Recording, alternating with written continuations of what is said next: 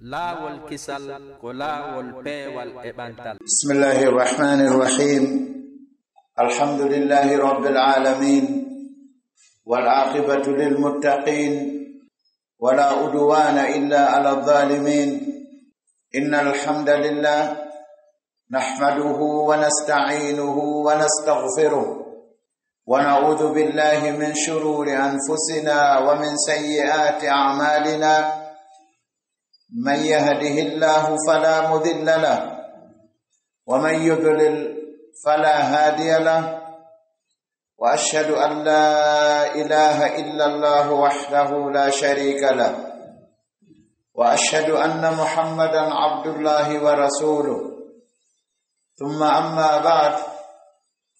مستمعي الأفاضل، حضور الكرام، أيها الحفل الكريم، السلام عليكم ورحمة الله وبركاته. فنسأل الله جل وعلا أن يبارك لنا في جلستنا هذه وأن يجعلنا من الذين يستمعون القول فيتبعون أحسنه. فموضوع لقائنا في هذه الأنسية المباركة وفي هذا المكان المبارك سيدور حول نقطة التي هي تتحدث عن الشيعة الرافضة 12. فهذه النقطة بعنوان من قتل الحسين، لأن الشيعة عليهم ما يستحقون من الله سبحانه. يقولون أن أهل السنة من الشام هم الذين قتلوا الحسين. هذا كذبا وافتراء. تكذيبا لهذا القول ليس فقط الوقوف على الطرق وتقول هذا ليس بصحيح، فلا بد إما من قلم أو محاضرة أو توجيه أو إرشاد، فهذا يرد بهذه الأشياء. هري هيدن أترى كبرهان دكون يتقل الله تبارك وتعالى هلا وندما يتورن فوت بتني الله أولا alhamdulillah yettede wadi ko kanko woni nemin don. Al-mun'imu yastahiqqu bil hamdi wash shukr. Haray hay neddo mo tawata jaba Allah on salandike mo ko homboni mimma o wi ko Allah don non kanko subhanahu wa ta'ala mo hamdidi e jarnede e yettede. Ko wana non kadi wiiden hiden girrito mamiɗo girrito heɗo ɗon e hoore fottago meɗen wonde reweteɗo wo ala e goonga siwona kanko subhana o maraka fi diɗɗo e dewal ngal ɓanɗon kadi o maraka fi diɗɗo e tagugol ngol. Al-khaliqu yastahiqqu bil ibada. Wawɗum mi girriti wondema annabijo meɗen Muhammad sallallahu alayhi wa sallam ko jiyaɗo Allah, ko rewowo wona reweteɗo, ko nelaɗo Allah, ko ɗofteteɗo wona yeddeteɗo. Haray hiɗen toro yo Allahu on juulu, ayo Allahu on mantu. Salatullahi ala nabiyyi thana'un. Yo Allahu on mantu e dow oɗo nelaɗo tedduɗo. Kamɓe ko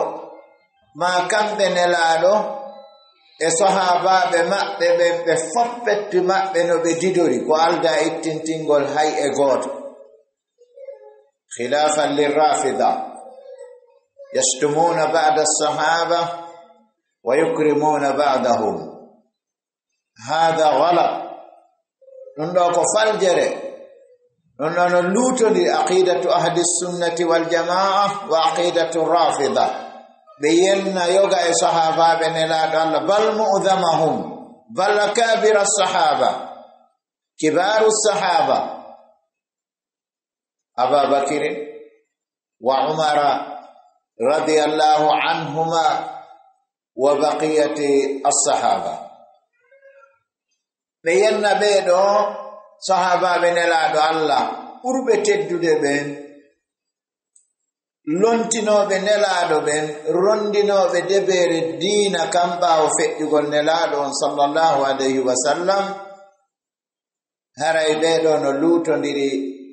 e meɗen yo Allahu fewnu en fewnaɓe itta ɓe en ndeɗo finde bonde danda en bone maɓɓe on danda enen kadi oñaade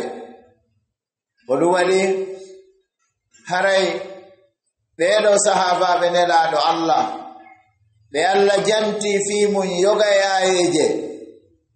ɗen toro Allah tabaraka ta'ala yo Allah wele ɓe dendangal kala yiɗuɗo ɓe yo Allah yiɗuɓe yo Allah on yiɗumo afan kala yiɗuɗo ɓeeɗo yo Allah on yiɗumo kala añuɗo ɓeeɗo yo Allah on añumo kala teddinɗo ɓeeɗo yo Allah on teddinmo kala hoynuɗo ɓeeɗo yo Allah on hoynumo waɗi no jeeya e findeji aqaida fasida findeji bonɗi ɗi rafida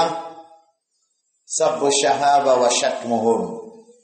yennugo sahabaɓe nelaɗo Allah ɓen yennaɓe aybinaɓe ɓeeɗo nelaɗo ɓeeɗo sahabaɓe teddirɓe sabu wondugol e nelaɗon sallallahu alayhi wa sallam ɓeeɗo hiɗen andi no jeeya e yiɗugol neɗɗo on teddingol wondiɗɗo makko on hande ɗo si goɗɗo woni ɗo lanɗo ma ardiɗo a wiɗa yiɗimo a ndaari mamburɓe makko ɓen fop e ministre ɓe makko ɓen fop kañum maati on e nete e secrétaire ɓe makko ɓen fop kan mana ɓew lammini ɓen fop a wi ko ɓe fus wiigol maɗa yiɗi oɗo lanɗo ɗum ɗo on e nete duncantama hay hunde nde jeeya e finde rafida yennugol sahaba aybinal nde jeeya e finde sahaba luttugol sahabaɓe nelaɗo Allah ɓen ka yiite balɗe sonnaɓe nelaɗo ɓen Aisha jeeyaɗo e fuqaha'u sahaba wa Hafsa geɗal ɓe ɗiɗo Omar kañum e Aba Bakrin radiyallahu anhuma sabu ko ɓe añi baabiraɓe ɓeeɗo kon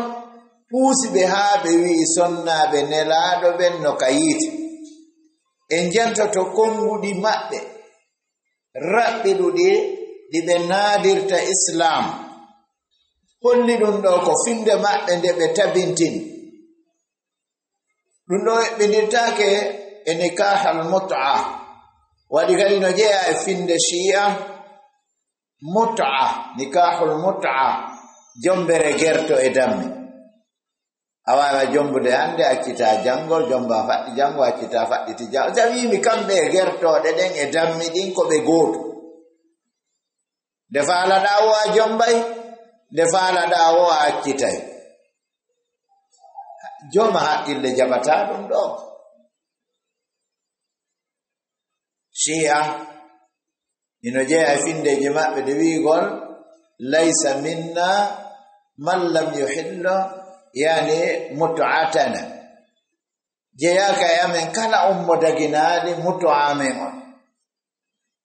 yirtoɗen e konguɗi ɗi ɓe naadi to islam ɗum ɗo noon ko hooreɓe maɓɓe joomiraɓe tekketareteɗe ardiɓe jokkaɓe heɗeteɓe ɓe mari hadith haranaka sahihul bukhari na wonɗo ka sahihayn wona wonɗo ka sunan al arba'a bal ɓeeɗo haray hino ko ɓe naadirta islam nelaɗo sallallahu alaihi wasallam kañum ɓornata no goɗɗo dolokke ko haray ɓe ndaaray dolokke haakojo e daneejo yani jilluɗum haako e dane ɓe joɗɗinamo yeeso ceernojo fuufala fuujo on o wiya ashhadu an la ilaha illa allah wa ashhadu anna muhammadan rasulullah wa ashhadu anna aba bakri wa umara wa uthman wa aishata wa hafsata fi nnar سمعتم وأشهد أن محمد رسول الله وأشهد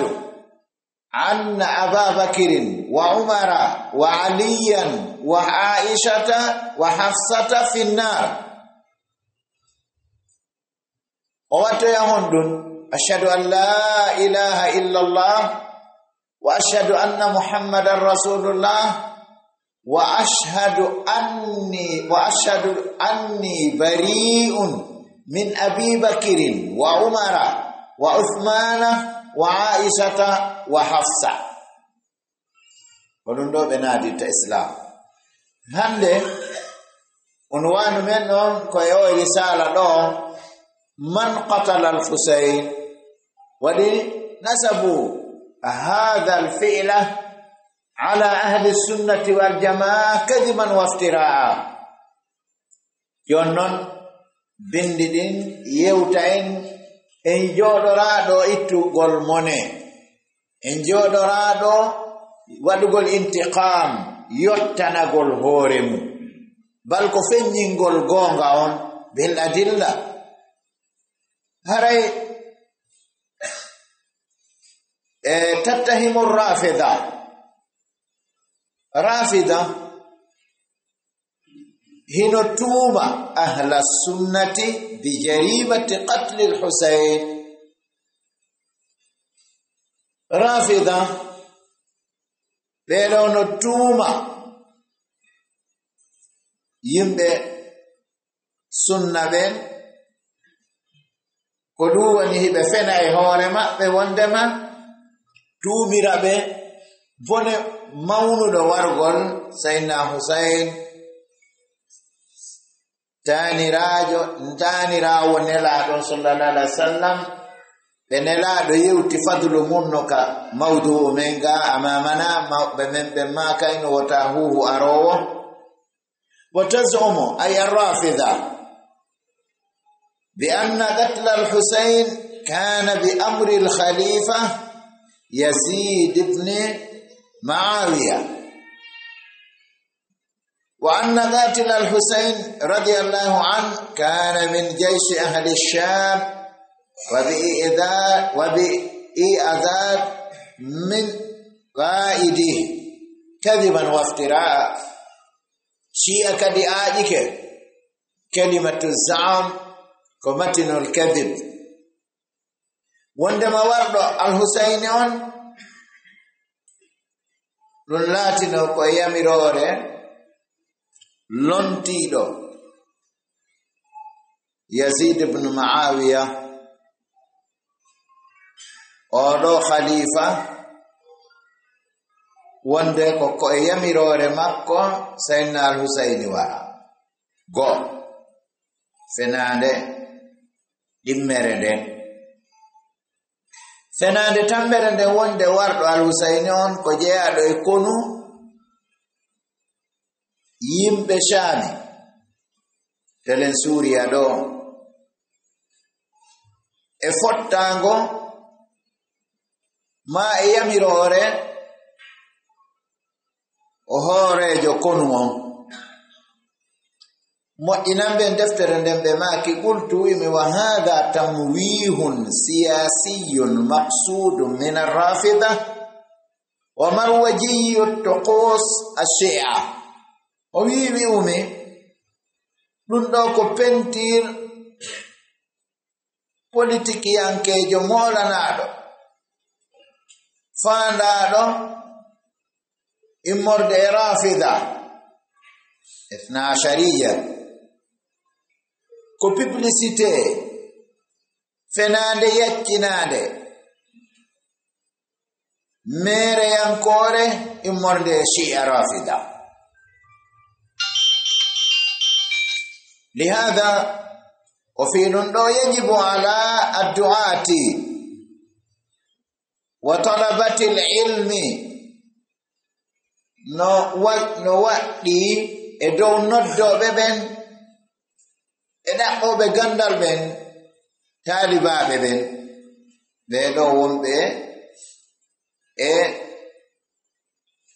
layyade waɗutu mum on e ɗaɓɓugol bindi ɓe wiyete talabatul ilm. no waɗɗi ɓe ɗo kamɓe noddoɓen ruttagol faade e defte ila kutubi tarihi almu'tamadati litawassuli ila alhaqiqati tarihiyya. no waɗɗi ɓe ɗo ruttagol faade e defte tariha hooloraɗe ɗen hoolaɗe yongita waɗa itimad e majje fi yottagongol faade haqiqa tariha. al'an mi jeenoy ko labano fiyen faamu risala mo foppet makko hara fow no nanayno arabon jangen arabon gaynen ɗo e 20h30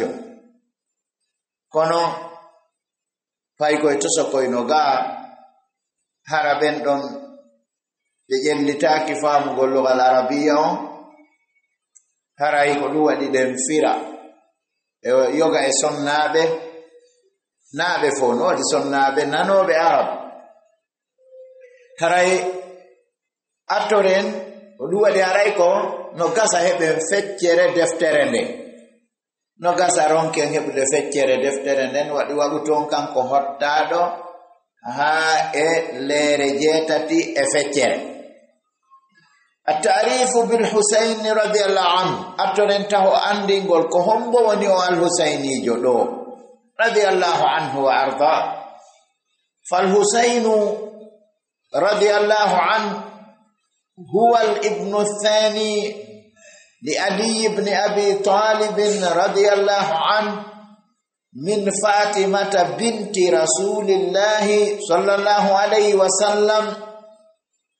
وقد قال فيه أي صلى الله عليه وسلم وفي أخيه الحسن يسئلمك على سنة رسول الله صلى الله عليه وسلم وقد قال فيه وفي أخيه الحسن رسول الله صلى الله عليه وسلم الحسن والحسين سيدا شباب أهل الجنة. Al-Husaini oɗo ko geɗaljo ɗimmo wonande Ali ibn Abi Talib radiyallahu anhu immorde e sonnajo makko geɗal delaɗo no wiye nene Fatima binti rasulillahi sallallahu alayhi wa sallam radiyallahu anha wa ardaha. Nelaɗo maaki e oɗo Al-Husainijo e siɗɗo makko on Al-Hasan. Nelaɗo maaki e maɓɓe kamɓe ɗiɗo ɓe wi Al-Hasanu wal Husainu sayyida shababi ahli aljanna. ɓe wi Sayyidina Al-Hasan Sayyidina Al-Husain ɓe woni kohoɓe sukaaɓe aljanna ɓe. Allah waɗen jeyaɓe yimɓe aljanna. jonnon e andi waɗugol bone ɓeɗo no hulɓini go'o on taho ko ɓiɗɗo siɗɗo nelaaɗo goɗɗo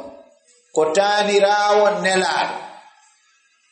waɗi Sayyidina Ali radiyallahu anhu wa arda baaben mum e baaben nelaaɗo ko imma ko nene gooto baaba gooto ma ko ɓe baaba gooto. jiɓaaka kadi wondema yumma oɗo sahabajo tedduɗo wiyeteɗo Al-Husain ko geɗal nelaaɗo sallallahu alaihi wasallam mo ɓe yiɗuno nene Fatima radiyallahu anha wa arda be maki ebe odo wondema haray al-Hasanu e wal Husayn ko kohoɓe sukaɓe aljanna ɓe. Fadlul Hasani wal Husayn, ɓural al-Hasana wal Husayn haray on ɗon hadith aɗaare waymo kam al-Musnad Imam Ahmad juzu thani safa 3 داريا أو حديث كذي كسنن الترمذي جزء الخامس صفحة 656 داريا أو حديث كذي كدفتر إمام الحاكم المستدرك جزء الثالث صفحة 166 إلى 167 وصحيح ابن خزيمة جزء الثاني صفحة 206 والصحيحة أي سلسلة الصحيحة للشيخ الألباني جزء الثاني صفحة 448 تتون وقتون يا جنون أن أدين تخريجات حديث جدن في تقوي في شيء أقوم بنهار متون يقول في شيء أبلت وأشر الخلق Imam Shafi'i kanko wiiɓe ko sharru man wati al-hasa ar-rafida ko ɓuri bonde e kala ko tippe hoore koccure ka hoore leydi ɗo hay keroji ɗin hay gookiji ɗin hay babbi ɗin ɗey ko siya limadha o jente Imam Shafi'i ko gando o wii zamu hubba nabiyyi wa madha wa khawwanu ashabahu kalam jayyid زعموا حب النبي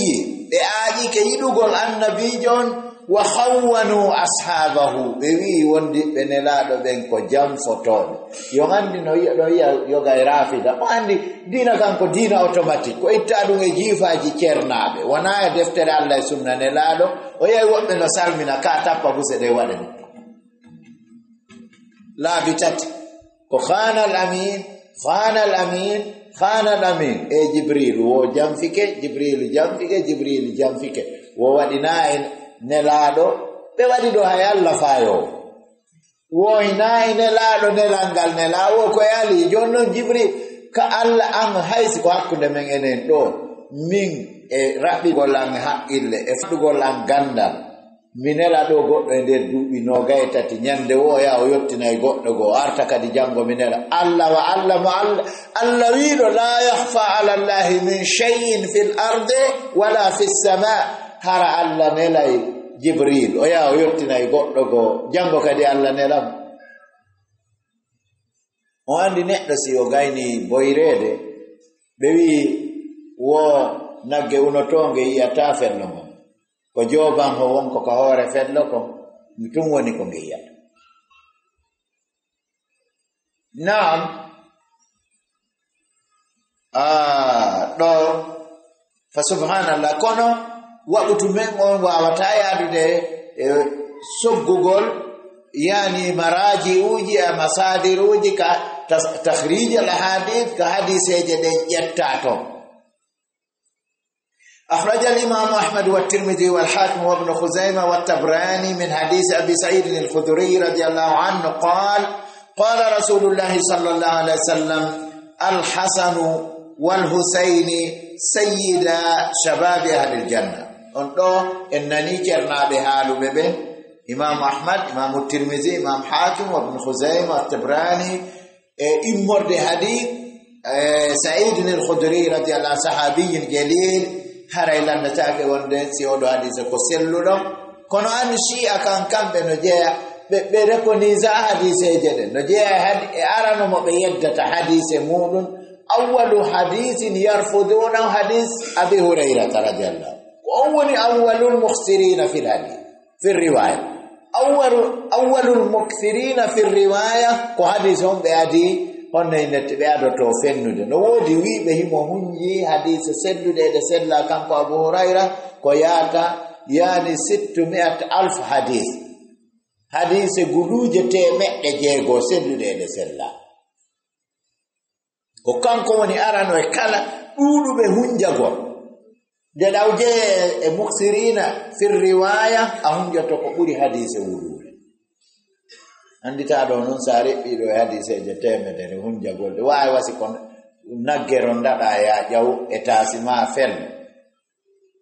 naam ayyuhuma afdal alhasan amir husain on andi ɗum ɗo kadi aray andi rafida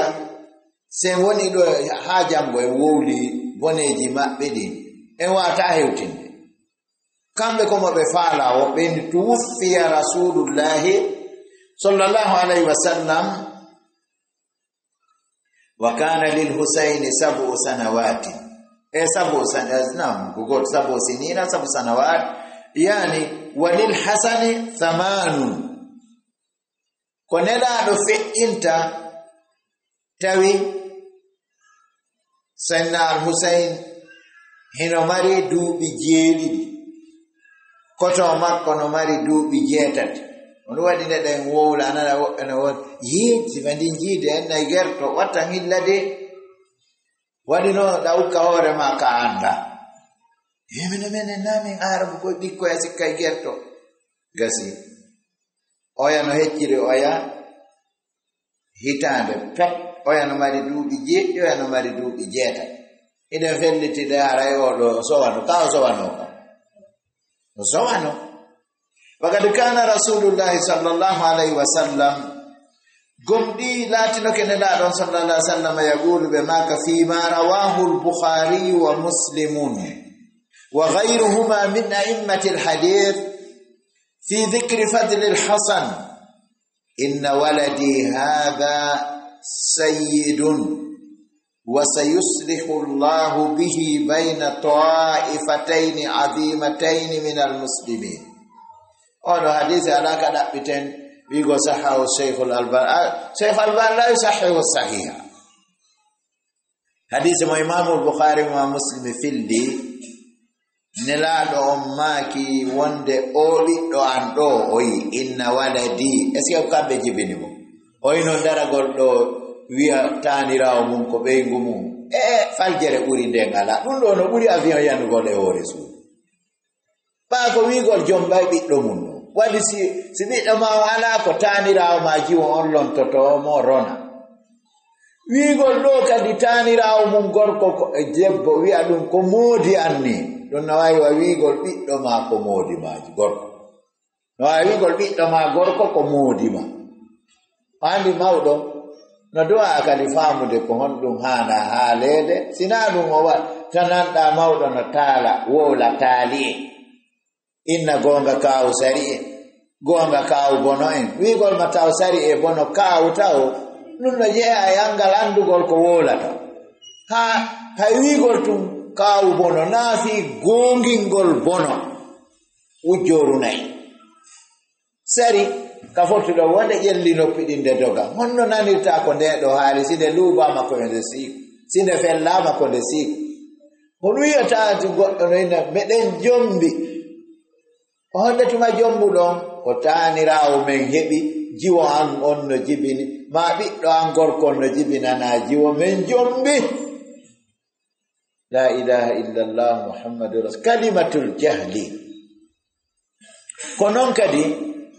nana jiidirawo kadi mo anda ko haalete few kanko e gonga no funnaga imo hirnaga on nayi hande meɗen ɓeydi weltade meɗen welti jajankaari ko onnu welti ɗon nene ankaari meɗen jomba ko on bo jombi ɓe ko ɓiɗɗo maɓɓe on jombi ɓe batte Allah addanno en madarasa nani ka iyo andari goɗɗo anda ɗum haalatake few salmingol debbo en salmitagol paykun salmitagol debbo en salmingol debbo en salmitagol paykun to so fulamusujo joɗagol ƴetta alqur'ana jangay yani hono en nete wiigol tawi a jombay ɓiɗɗo ma tawi ɓiɗɗo ma jombete eske ko ɓe inna ko wala yani en nete alwaladu ndaare ka irsiɗo hino ɗo tokorange ko ɓe ilma an kanko e tokoran kadi oya ɓe janginayno ɗo hano en nete fara'id ndaaron ɓe inna wonne nete waladul waladi ɓenna wa in nazala ɓiɗɗo on ibnul ibnu wa in nazala abul abe ɓe inna wa in ala no ka ilmul fiqh fil fara'id ɓe inna ɓiɗɗo tanirawo tantirawo tanti si a faala wi a tanti ha ton ha ɗengal ma ngal wooco ɓe inni haray ɓen ɗo fof ko ɓiɓɓe ko jolti wo ko ɓiɓɓe konde abul abe ɗum kadi ɓe inni wa in ala a wiyay baben baba mama soro manta ha kartoy ɗum ɗo wallahi hari mawde andi ɓe inni wo si tawi mawɗo andali ko haalete o wolay ko haalatake onon kadi na julde jombente woɓɓe no préparanade ɗum ka unugol cobbe windugol nas no woodi woɓɓe ɓe wata windude tabulo ɓe wata windude lettere ɓe wata windu kono ɓe wawi windude nasi jombente anana jiɗiraɓe gono wulla jankari himɓe galɓe mbaɗi nasi jombe e ba o mali hikka honno ko faɗuɗon nasi jombente ɗon jankari ene hara ceerno kaari enno ɗo ɓe windanoɓe tuppan men ɗon ɓen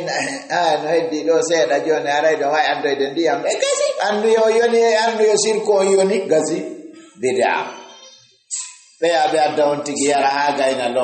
loota dane nden hitande ɗo Allah dandimo bone cobbe ɓenna cobbal julde jombente safe ɓe teddini fi julde fenandere nden ɓuri julde donkin e julde suuma ɗanu ko ɗen juldeje unan toon e cobbal ñaame ɓe wiya woosi on tigi unali cobbal julde jombente wo mayɓe makko ɓen aray ka basagaji gerto wunda la ila on perdini mayɓe momɓe waɗi kala mayɗo yaaɗo lahara artiri kadi ka basagaji gerto taw on ɗon holli welno yaali lahara ka ko a yaaɗo Angola ma yaaɗo ɗo Bisaw si arti hewtitiri ka gerton hippete to gonno faamu ɗo yaaɗo haa ka Allah artira ka basagaji gerto ananay kadi woɓɓe kadi ɓe tata anda ko wiyete yewtere fewno inna wo si a etaaki unuɗa an kadi cobbal mayɓe ma ɓe ñawlo to unuɓe ɓe haray mayɓe momɓe gon fof perdi ñawluɗo e ñawlaaɗo wallahi subhanallahi ɗum no yurmi joni noon jente inna waladi hina tanirawo maɓɓe ni inna waladi hada anduɗo ɓiɗɗo am oɗo Alhasan sayyidun ko kohojo wa sayuslihu llahu bihi arma allahu moƴƴinira sabu makko ma moƴƴintinira sabu makko bayna ta'ifatayni azimatayni min hakkunde feddeji ɗiɗi mawɗi ɗiɗi immorde julɓe ɓe makanatu ahli lbayti inda ahli sunnati waljamaa ɓa ananayi hiɓeyna madrasa ɓen teddina ahlul bayti ka andi kadi no wawi ɓeya kadi wiya madrasa ɓen teddina on ɗum waliyaɓe ɓe ɗayene wali ko wiɗen ko ɓe Allah wi ko wali ɓe ala inna awliya allahi la khawfun alayhim wala hum yahzanun فكأن السائل سأل ربه من هم يا رب قال الذين آمنوا وكانوا يتقون إلى آخر الآية بين وساسي دي هنجاكي إلى آخر الآية ثم إلى آخر الحديث كنا يا إخوة الكرام سيغني دو آية مجد دو وينغينا دو هايتي كو ينو عندا هو يوتون نفوفا نهنجاكول كنا متانجينا كنا سيف فوزاني سيف أسيمين سيف ألباني وعندا أول ما يبدأون حفظ القرآن كنا حفظ شيء وفهم الاستدلال شيء آخر هنجاكول كو قطن فاموغول ندلني نورتي كو سيف ألباني رحمة الله عليه بماكي وحديث نارا مجوغي ثلاث قطعات أنا مجوغي كنت تاتي si ari wa dallinorgol ko ya ƴettu humtere kala belu ko haton jinɗa kon dallinora ɗum ɗon fiita waɗu yimɓe ɓen ko wiyete kon iltibas jiɓindiragol haqqillaji maɓɓe ɗi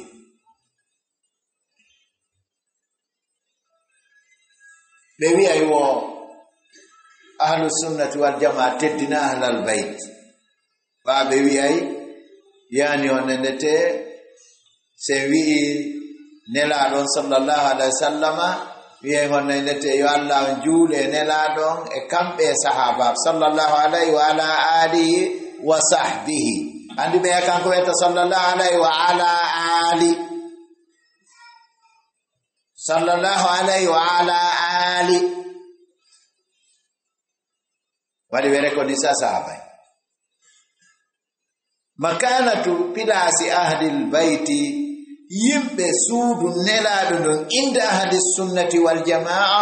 ka ahlis sunnati wal jamaa ajma ahlus sunnati qatibatan ay jami'ahum jami'uhum afa ajma ahlus sunnati qatibatan ala wujubi mahabbati ali al bayt wa tawqirihim wa mura'ati huquqihim التي شرعها الله تعالى لهم في مثل قوله سبحانه وتعالى بإني وفتي هاوتتي يمب سنة بين قاتبة بفبت مأبي أي جميعا بدنداغا edo watta gol yidugol yimbe suudu neladum e teddingol be e aynugol haqqeji mabbe indi Allahu on shar'inani ɓe dey wona wigol ko haqqeji Allah ɗin yo sifa no jeeya aqidaji rafida wo Allah no jeeyi sengo ka kammo dowga wo saynaadi no jeeyɗi goya sengo par ce que woɓe nan diƴuno ñande goo wallahi kono min no ngalɗinimi min mi ɗaari mi tawi enen nodduɗo o heɓay nootiɓe no woodi woɓɓe ko haqqille nayi jogii yujibuna kulla na'ibin ay kulla naadin kala nodduɗo ɓe noto wo kammu ngon diƴi farñiti woɓe wi wo ko senna adi tikki dowga wo sengo ko a woniri ɗon wo ko ɗum waɗi ndedille ene hara bi fuɗɗi diƴude aɗo senna adi e jibinede hari ala e diƴude no diƴude wo ko kanko tikki ko ɗum waɗi sengo ka o woniri ka holli ɗo koɓe jelo jeyi kammu bo Allah noon wi'i honto huffase wen wondema si tawino ko reweteɓe ɗiɗo woni ka kammu goto kala yarayno e hella ka jeyri ɗo jente subhanahu wa ta'ala yaqul qul la as'alukum alayhi ajran illa al-mawaddati fil qurba non ɗo ko e ahlul bayti en aya on ayeje ɗen fot e yondino to firgol nde mari firgol ayeje ɗon ɗo balɗe tati ka juulidde meɗen no ma ɓuri iɗen mari ɗo tenen kiikiiɗe badal maghribi talata kiiki misle hadal yawm badal maghribi iɗen mari e talata bimbi kadi ɗo imam saidu kadi no ɗo usa samba ko balɗe jeelu jogii golleyga tati ɓen kadi no jogii tati tenen talata alarba moodi ɗo haray ala ko firen ɗo aya alquran ka juulidde ɗo fof ko no hunji firo ففي مثل قوله صلى الله عليه وسلم في يوم الغدير أذكركم الله في أهل بيتي ميدو أندنتنيراون ميدو واجراون الله ميدو أندنتنيراون الله إيم بسود أندو فهم أي أهل السنة يم بسنة بن يحبون آل البيت hibeida yimbe suudu nelaadon jami'an be dendangal duwoni gati batanno wayatawallawnahum hibe weljida e mabbe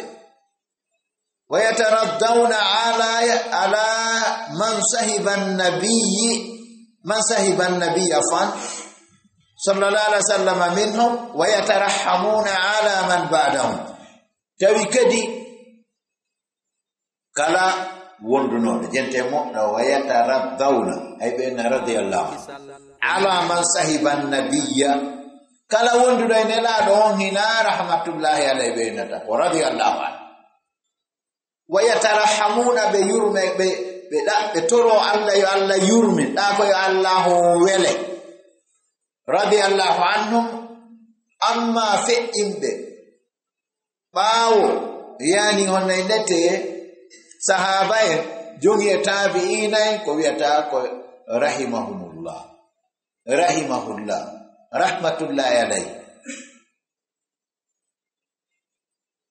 ɗum ɗo ko mawqif ahli sunnati wal kala wonduɗo e nelaɗon sallallahu alaihi wasallam ɓe yiɗaymo ɓe teddinamo ɓe wi'amo radiyallahu anhu o wuuri o ma tayib si tawi on nendete kadi ɓeeɗo on nendete feƴƴunoɓe ɓen kala arnoɗo kadi ɓaawo sahaba en ɓe wi'a on ɗon rahmatullahi alayhi mawqifu ahli sunnati darorde yimɓe sunna ɓen man qatala al-Husayni radiyallahu anhu ko hombo wari al-Husayn radiyallahu anhu يعتقد أهل السنة والجماعة أن الحسين رضي الله عنه قتل مظلوما وأنه شهيد إن شاء الله أولوك وراد أن الحسين رضي الله عنه قتل مظلوما وورامك أتونيا وأنه شهيد أولوك وينك شهيد إن شاء الله يقول شيخ الإسلام ابن تيمية رحمه الله عندي وانا جوغي كاجة لامبورا كبديلي لأسيتي جماع بدنغي ويرو جماع بدي وكام برافي دو لامبورا لا بتويدو دفتر نوي إدار التعارض يعني وانا نتي دمنا دفتر سادة بتيلون أي واي شيخ الإسلام ابن تيمية نو عندي شيئا ehondum e minhajus sunna haray jentoden Shaykhul Islam Ibn Taymiyyah no yewta fi Sayyidina al-Husayn yaqulu Shaykhul Islam Ibn Taymiyyah rahimahullah وقد أكرمه الله قمدي الله وانتدني سيدنا الحسين بالشهادة سبو ينقر سهيد وأهانا بذلك الله هويني لسبو وريد سيداني سبو ينقر سهيد سيدنا الحسين من قتله أو أعان على قتله الله هويني لسبو وريد سيدنا الحسين on warɗon ma on walluɗo no o warire allahu on teddiniri sayyidina al-Husayn yangol shahid o hoyniri on warɗo mo kadi o hoyni on warɗo mo ma on walluɗo no o warira aw radiya bi qatlihi ma on welaɗo wareede mo walahu no wodani mo kanko sayyidina al-Husayn uswatun hasana nyentinirgal moƴƴal biman sabaqahu ɓen attinoɓe min ash-shuhada immorde yamɓe shahid wa ala ra'sihim sayyidina Hamza radiyallahu anhu sayyidu shuhada fa innahu no kanko sayyidina al-Husayn wa akhuhu siɗɗo makko on al-Hasan sayyida shababil janna o kamɓe ɗiɗo woni kohoɓe sukaaɓe aljanna ɓe wagad kana gomɗi kamɓe ɗiɗo ɓe laatinoke gatta rabbaya gomɗiɓe ne'ike fi izzil islam e teddungal islam lam yanala kono kamɓe ɗiɗo ɓe heɓano min alhijrati morde fergugo wal jihadi e jihadi on wasabri e muññagolngol wal adha e lorrakan fillahi e fi diina Allah kan ma nalahu ahlu baytihi konko heɓuno ɗum yimɓe suudu nelaɗo attinoɓe ɓeeɗo ɗiɗo ɓen fa akramahuma allahu teddiniri ɓe kamɓe ɗiɗo bishahada yanugol shahidi takmilan ka timmingol li karamatihima wonande teddugal maɓɓe kamɓe ɗiɗo Allah waɗi ɓe yamɓe shahidi wa raf'an li darajatihima e ɓantugol darajaji maɓɓe kamɓe ɗiɗo wa qatluhu wareede yani on nenete wareede kanko sayyidina al-Husayn musibatun azima wareede mo kanko sayyidina al-Husayn musibatun azimatun ko masibo mawnuɗo wallahu subhanahu wa ta'ala qad shara'a al-istirja'a gomdi Allah shar'ini wigol inna lillahi wa inna ilayhi raji'un 'inda al-musiba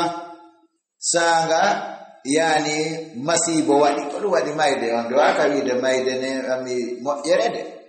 wota goto wola men mayde ko moƴƴere o lutondira e nelaɗo sammal mawta musiba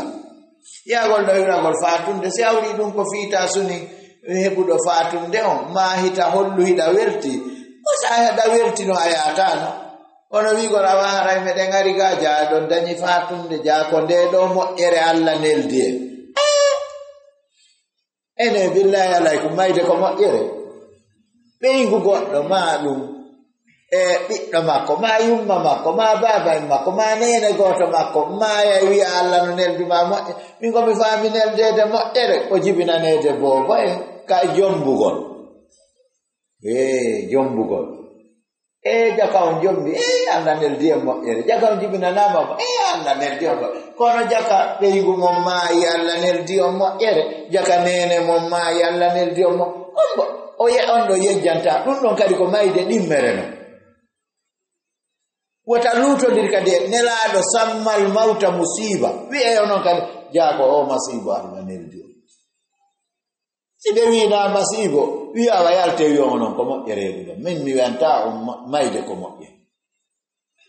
ɗum ɗon ina hadise ɗaɓɓitande kaga pular men on andi ɗi piiji wiɗen a wiyay ɗo ɗa wawi pular haa piiji goyan na wota en wi'i mayde nelaɗo wi'i mayde par ce que ɓe inni indal musibati ɓe innani indal khayr بقوله تعالى وبشر الصابرين الذين إذا أصابتهم مصيبة قالوا أيدو الله تيجي كانوا كدويدو ما يدندون مصيبة إذا أصابتهم وبيان إذا أصابهم الخير إذا أصابهم خير قوي إذا أصابتهم مصيبة قالوا إنا لله وإنا إليه راجعون أولئك عليهم صلوات من ربهم أي دعاء ورحمة وأولئك هم المهتدون إذن آية جدين علي انفرين سبب خروج الحسين رضي الله عنه إلى العراق يوتر من دنكو هادون دو تتايم كون إن شاء الله نجين تتو رسالة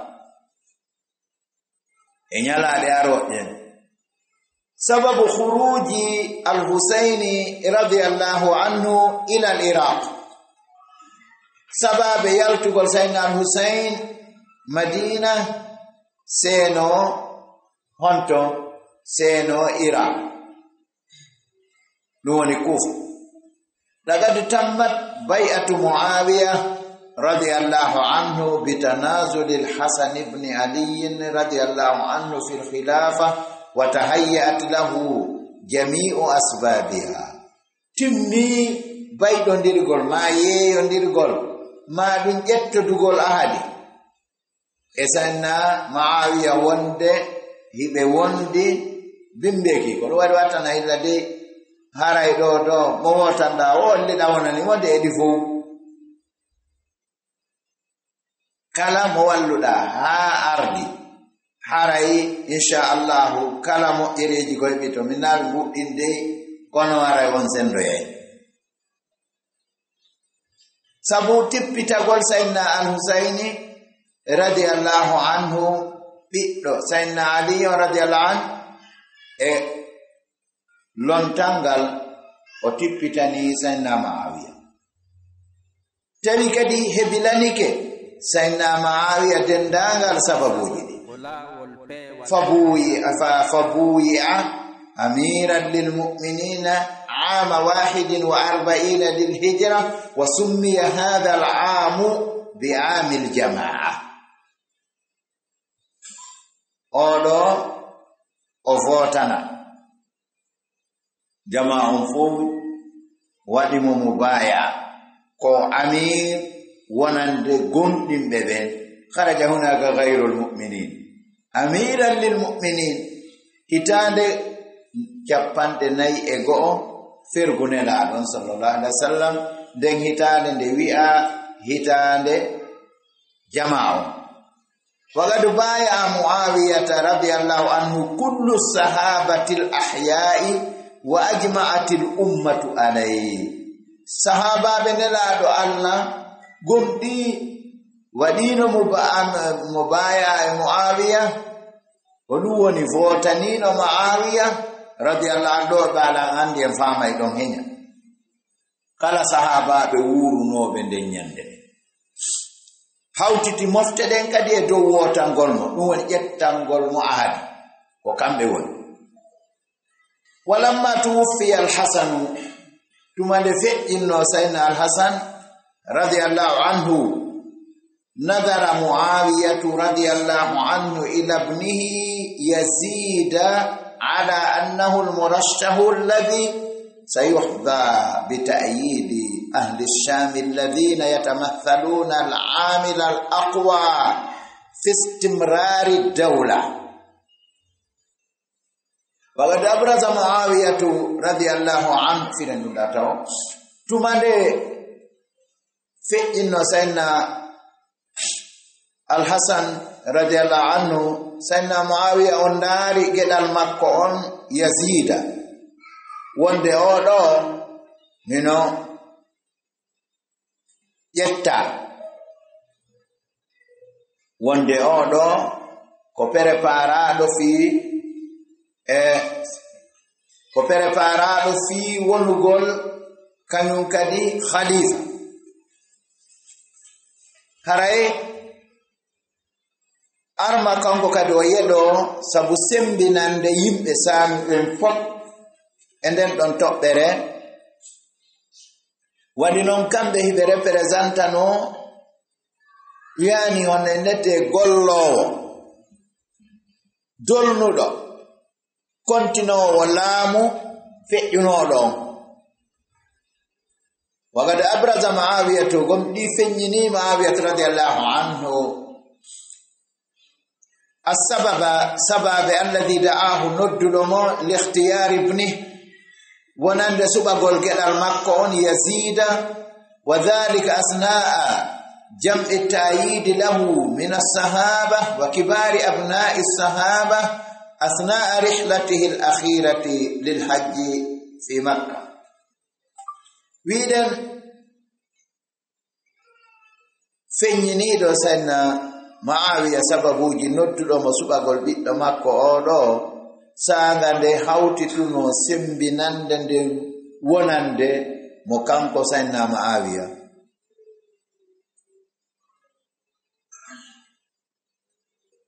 immorde sahaba be nelaado Allah wurunobe e mawbe gedalbe mawbe sahaba be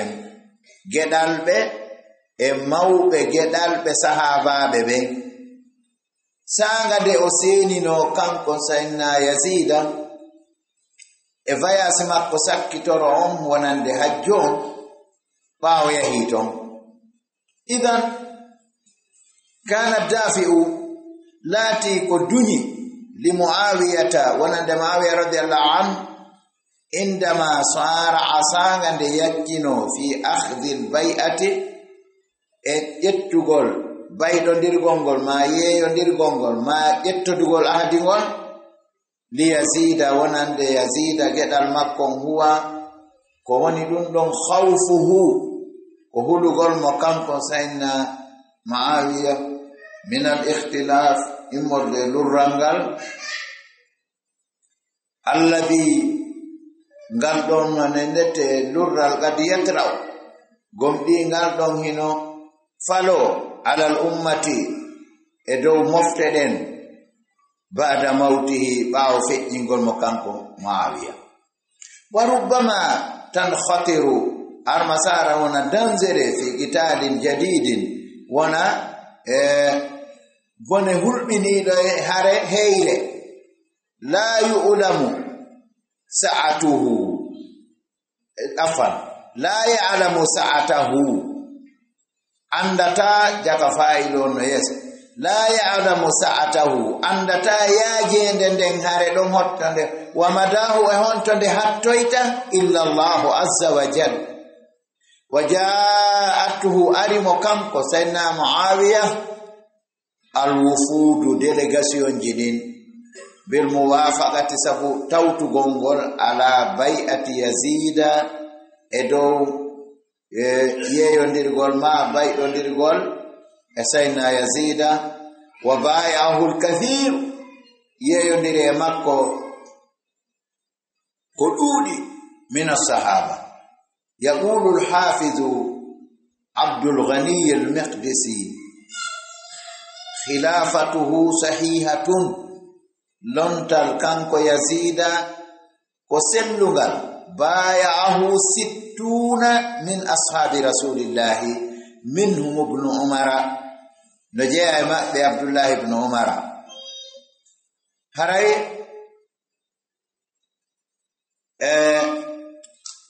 monden seeɗa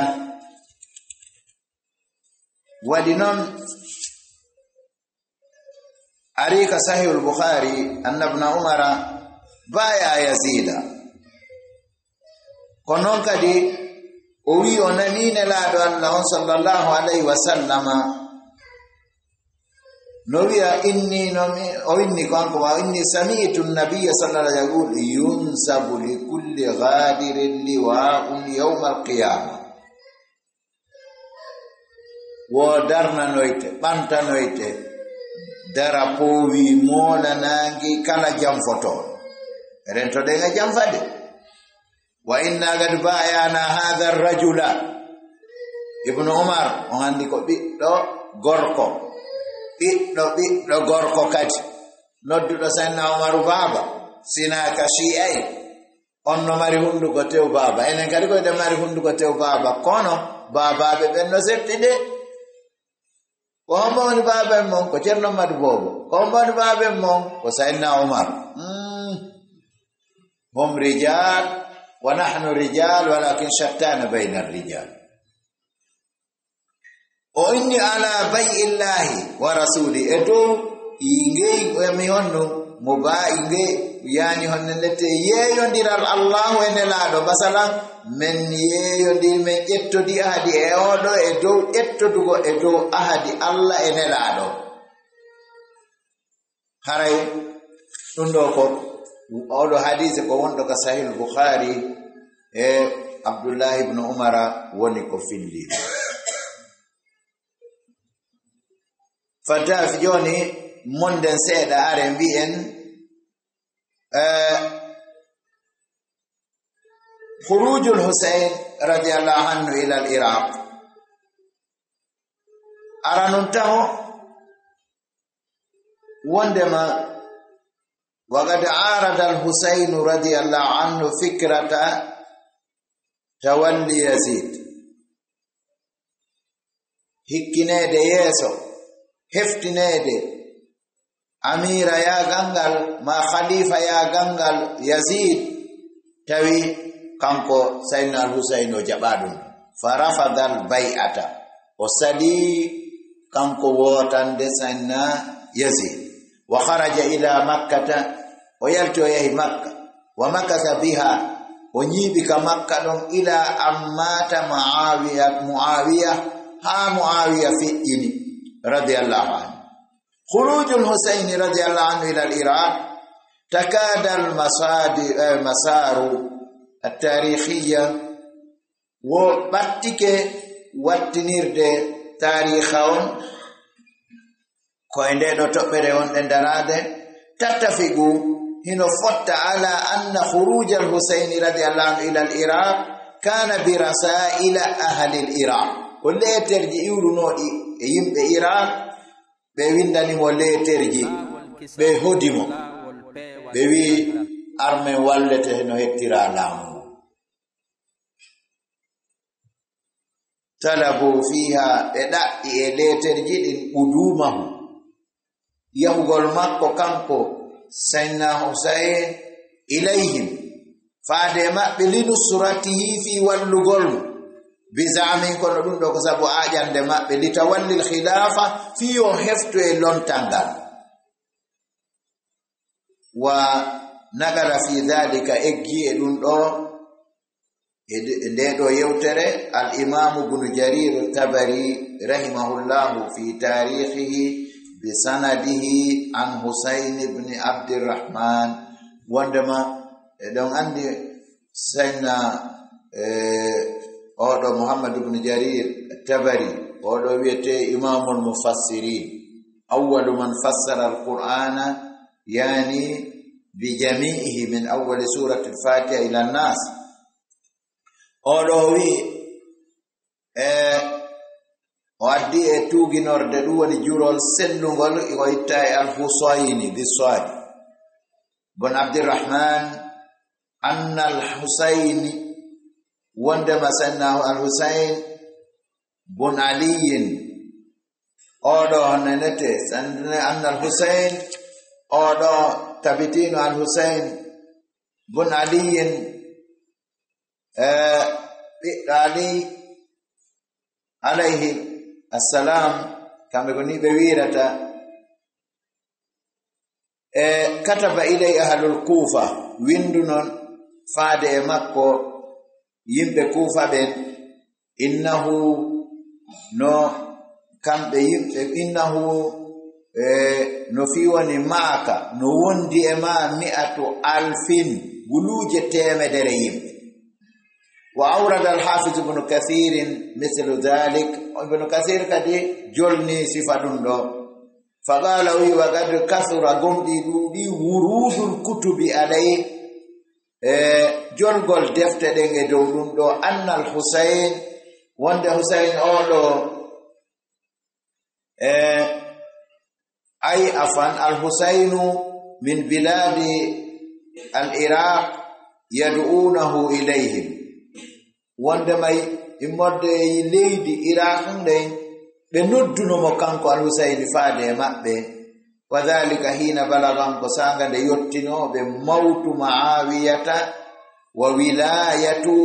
Yazid wa masiru al-Husayn ila makkata firaran min bay'ati Yazid piiji tati waɗunoɓe windanimo letere go'o on taho feƴƴingol Sayyidina Muawiya ɗiɗi on lontagol ƴettugol lontangal heftugol e lontangal Yazid geɗal Muawiya e yahugol wontugol Sayyidina al-Husayn ka Makka wonira ton doga immorde yeeyondirgol ma bayɗondirgol Yazid ila an dala ha o wi'i fajtama'ati ami rusulu nelaɓen hawtituno kulluha kala maɓɓe aw kulluhum yani kala maɓɓe be kutubiha wondude e leterji maɓɓe ɗi nelaɗo kala tay no wondi e leter inda al-Husayn ka Sayyidina al-Husayn wa ja'alu yatahathawnahu ɓe waɗi hiɓe rerɗinamo wa yastaqdimunahu alayhi ɓe ɗaɓɓiramo yo ar o tawaɓe liyubayi'uhu afan fiyo ɓe waɗomo mubaya'a iwadan kam battitigo an Yazid ibn Muawiya ga e Yazid ibn Allah dande bone yiɗugol laamu wattane hilla e ɗum de yiɗugol ardagol hoday hay neɗɗo moƴƴo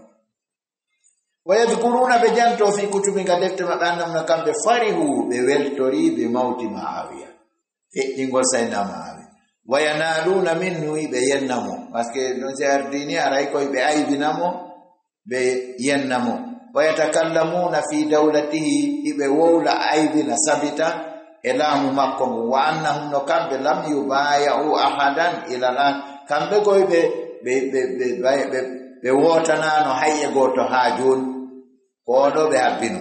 wa annam no kamɓe ay yantaziruna qudumaka hiɓe habbi argol ma am al-Husayn ilayhim li yuqaddimuka alayhim fi yo ɓe ardine dow maɓɓe ɗum ɗo ko khida fa inda dhalika sanga ɗum ba'sa ibnu ammihi o nedi ɓiɗɗo bappa makko no wiye Muslim ibnu Uqayr bun Abi Talibin ɓiɗɗo Abi Talib ila al-Iraq liyakshifa lahu haqiqata hadha al-amri wal ittifaq fi on ɗo huncanmo fensita yal ɓanginanamo haqiqa fi'ake on e ko fotta kon wanagala al-Imam al-Dhahabi rahimahullah mithla dhalika fi siyari a'lam an-nubala haray اعتراض الحسين رضي الله عنه بنصرة أهل العراق يعني هديتوري سيدنا الحسين ويقول يمبه يعني عراق به واللايم لقد اغتر الحسين رضي الله عنه بحلف أهل الكوفة سبو ونقول يمبه كوفة بنصرته سبو ولو القرم بأنفسي وانكي جمع بدي وأمواني جول ما بدي وكانوا بلادنك يومئذ دناني 18,000 hari ko ɓe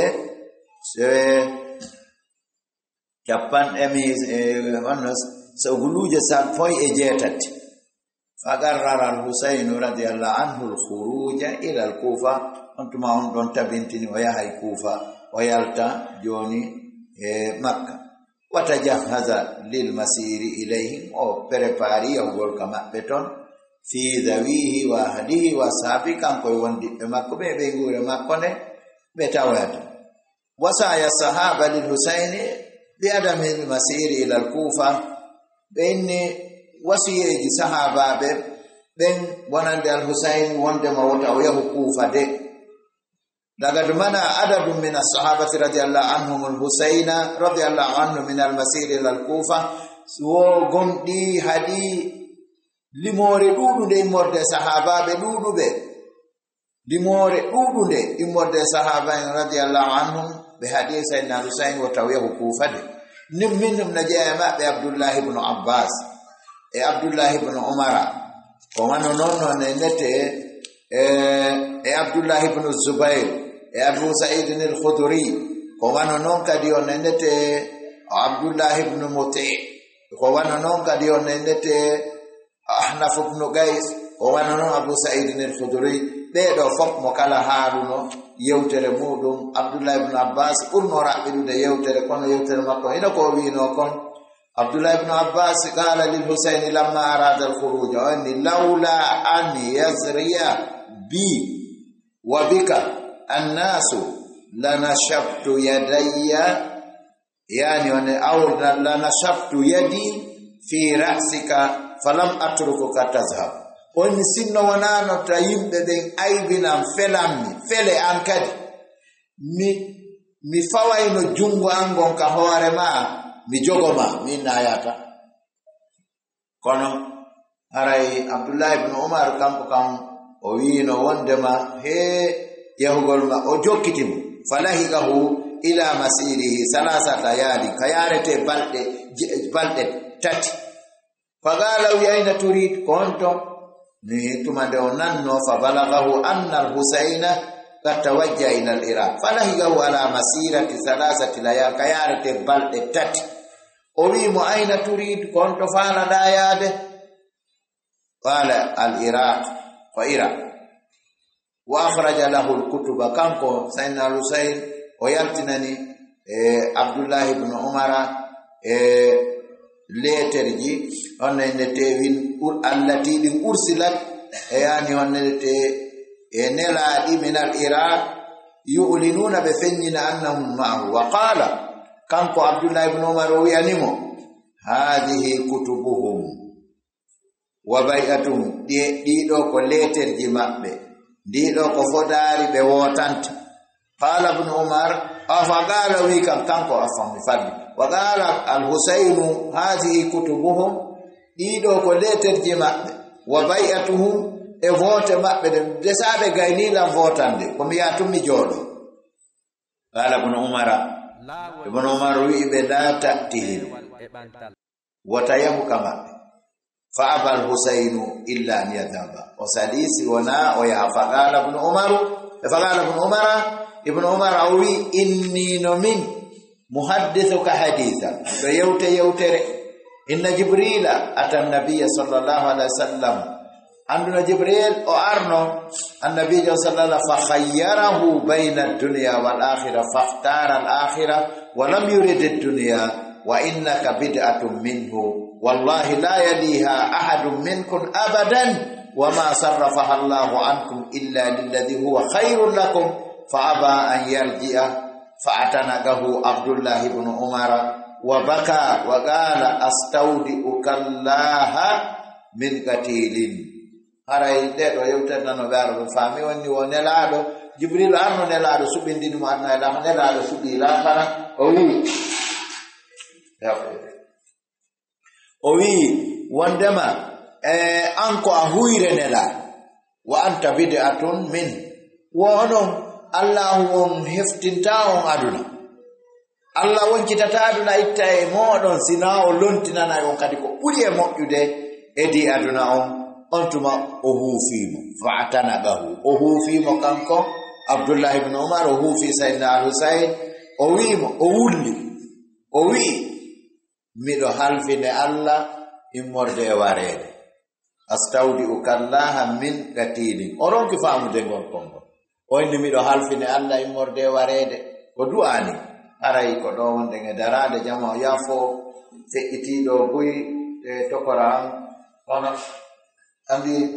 si tawi e yewtano e ɗi yewtereji jongandema ɗo ka wiiden ɗo khurujul Husayn radiyallahu anhu al-Iraq e famatano e unwani yewtere nden inchallahu haray ko heddi ɗo kon heddi ɗo wano muhadaraji ɗiɗi en ndaara ñalaɗe goo kadi inchallah ida baqiya al-umur wa baqiya al-kalam haray tokoran Souleymane Doumbouya ala ɗo o ɓeyda e feññinande yimɓe ɓen seeɗa e nde ɗo toɓɓere o jarna jama on needi molanandi waɗi en nanali goto hino e goɗɗo no sowdodira e yaali no goɗɗo no yalta sina haaju tawɗo feere o ala en nanali téléphone goɗɗo no sona sina goto pette ɗulle ko faljere on kadi nani sayyidina Al-Hasan Cheikh Hasan inchallahu ari ko sayyidina Al-Hasan hirirɗe e say gasi joni sayyidina Al-Hasan yani Cheikh Hasan deɗɗi on ɗum أرأي النبي سيف دنبلا تفضل بينهما. الحمد لله رب العالمين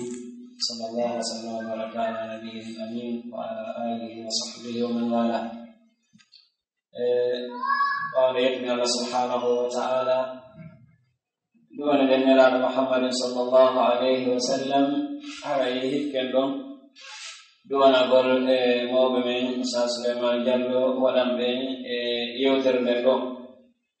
انتر الله سبحانه وتعالى yo arsugo be cellan tummugal o arsikabe jabanede dewe diwone wal golmen en fo me ne marsika jabanede dewe den o arsika timmode modde ne kare kibbe fo en tora Allah subhanahu wa ta'ala yo taw ko fi makko woni ko helorbe toromo yo hawtude ni ka aljanna makko burdo towde aray ko ko makanen do immorde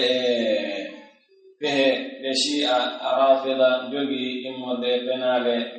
e tawanta hoorema ɓe fewta hay e goto si wona kamɓe no weeti hino laaɓe en tora Allah subhanahu wa ta'ala yo taw en famino hana famirede non wandi shi'a arafida sina ɗaɓɓude bi mana konngol ɓurngol jasinede ɗumgol jasinde haa heɓi ɗaɗaɓɓude jasinteɗo ayi ɓen ɗon haray ɗaɗaɓɓu hay gooto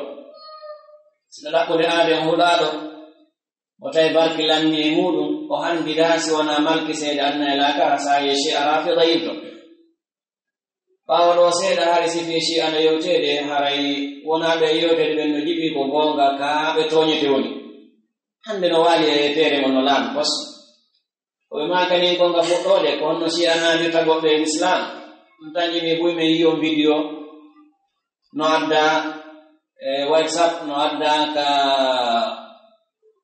imo ko nan tay dum sendari dum fu ka internet do e wawa yiwde dum ko lawane pos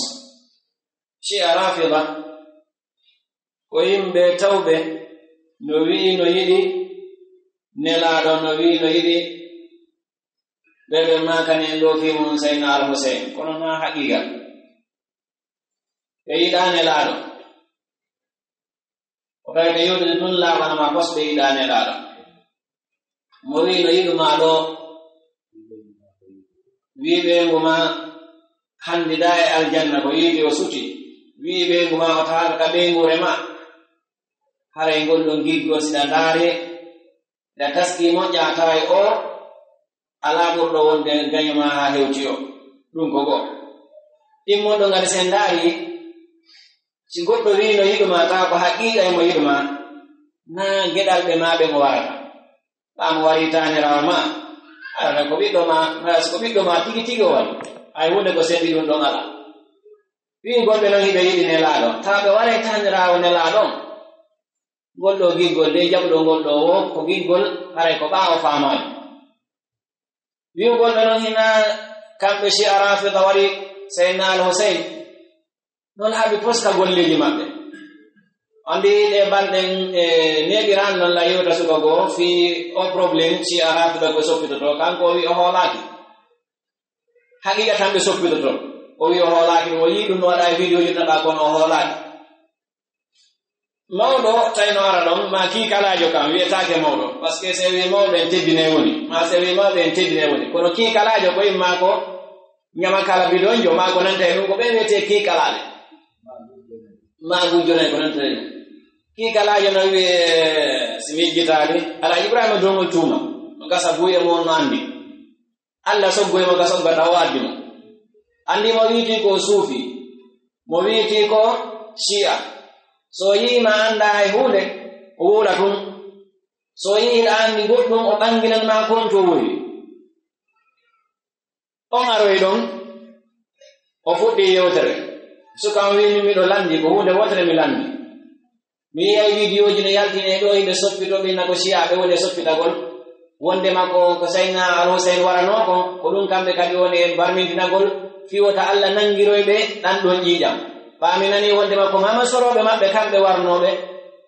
mama soroɓe kamɓe siya ɓe warno sayna al-Husayn ɓeɗo geɗaɓe maɓɓe kone waɗirgol ɗum ko fiwota kamɓe ɓe nango e yeeso Allah o wi eske ɗum ko gonga mawɗo on wi kiikalajo on wi ni ko gonga kono wo ko mujiza siɓe soppitike ɗo janngo ayata hay ɓattatira e nokku so tawi mi andi ɗum ɗo ɓettumi landino ɓe mana siɗa ay hunde ala ko wole e téléma shi'a tawi ngol ɗon konngol ka yewtugol fi maɓɓe ngol jasini fi maɓɓe haa ka ɓe jasi ɗon ko wiɗa ɗo ko ɗum ɓuri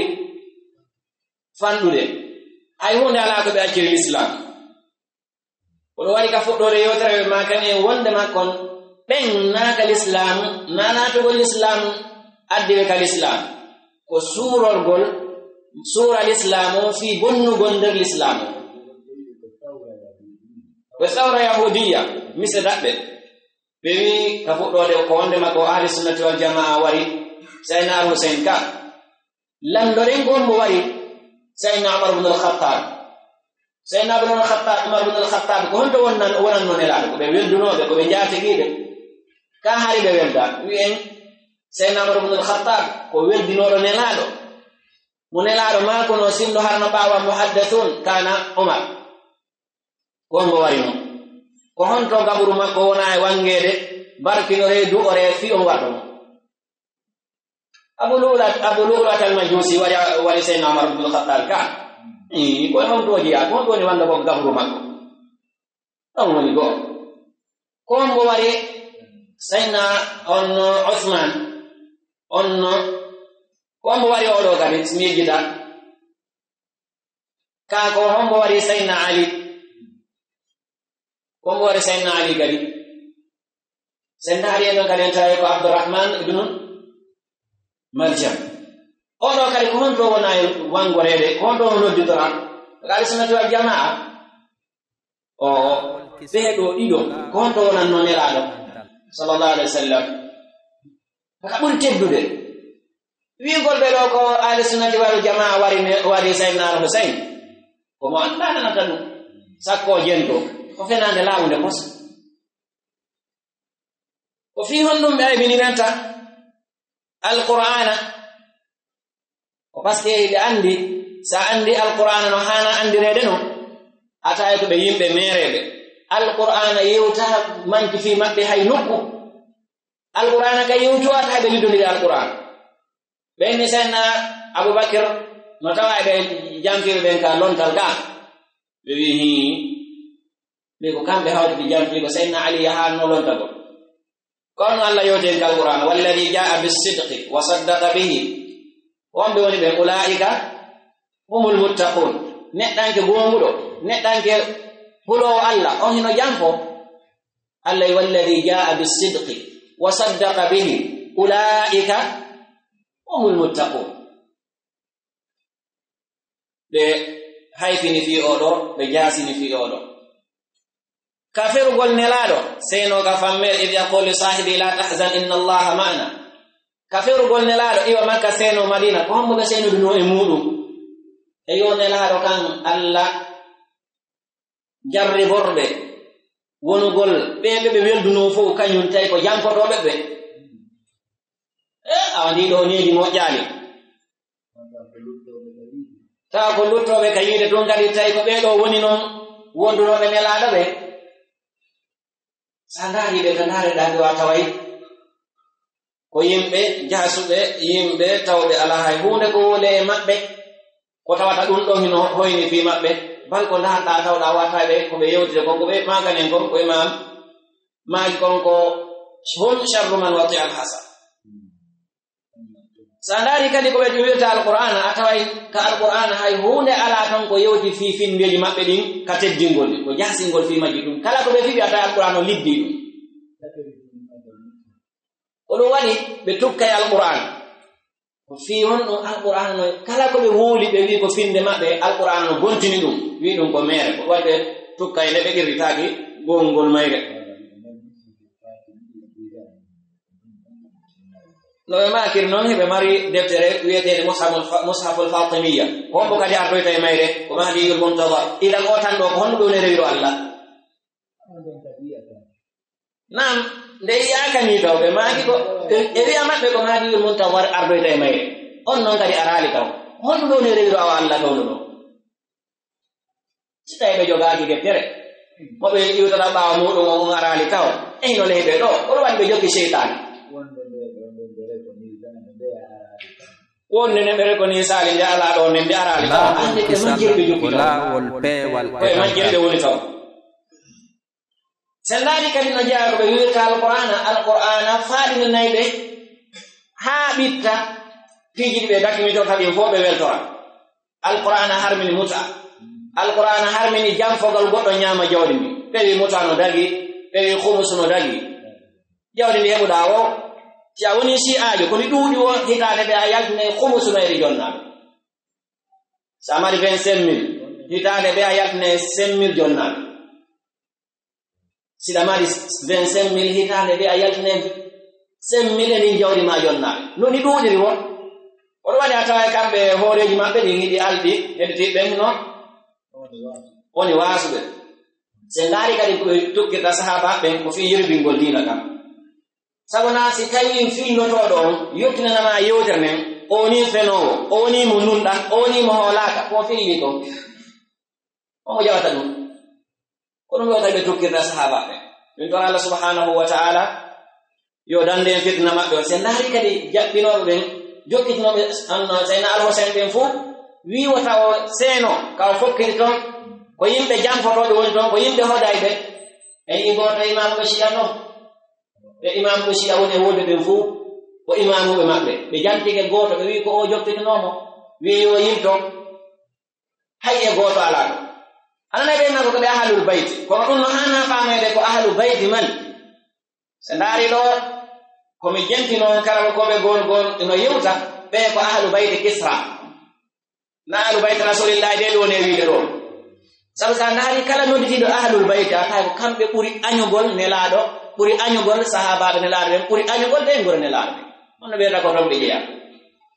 haray komi wasiyoto hoore an mi wasiyoɓe sukaɓe ɗo ko wonno ɓaawo ɗo kon ko mawɓe meɗen ɓe jogino kon e gandal e wakkilare haa hewti ɗo en jogoto ɗum go'o ɗaɓɓen ko ɓuri ɗum ɗon kadi laabiji buy e gandal jogito ɗen financenoɓe men on say ɓen kadi wakkilo ɗaɓɓita financement maɓɓe o moƴƴa ɓe financa fiiɗi fitnaji ɗo e wawe dartere ko yimɓe ɗiɗo pettone jokkude siya natatata wala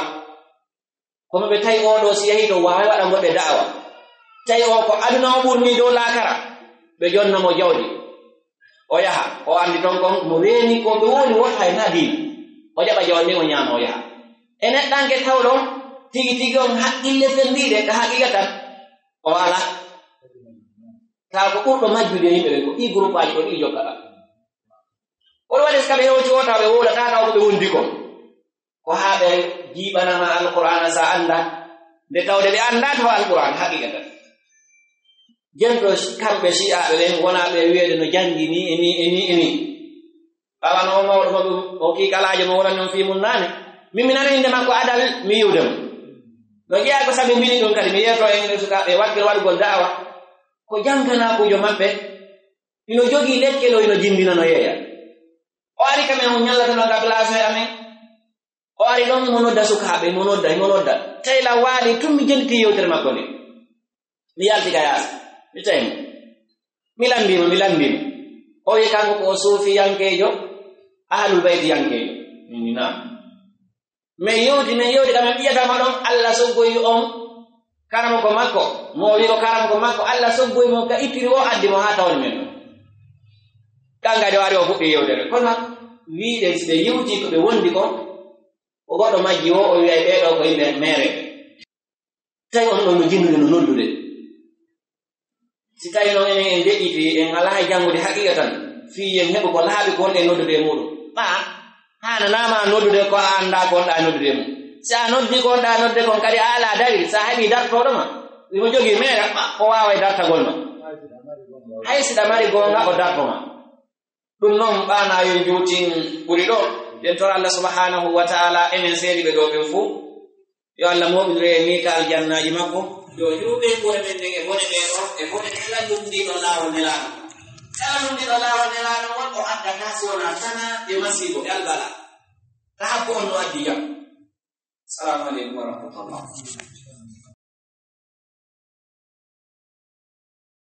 laawol kisal ko laawol peewal e ɓantal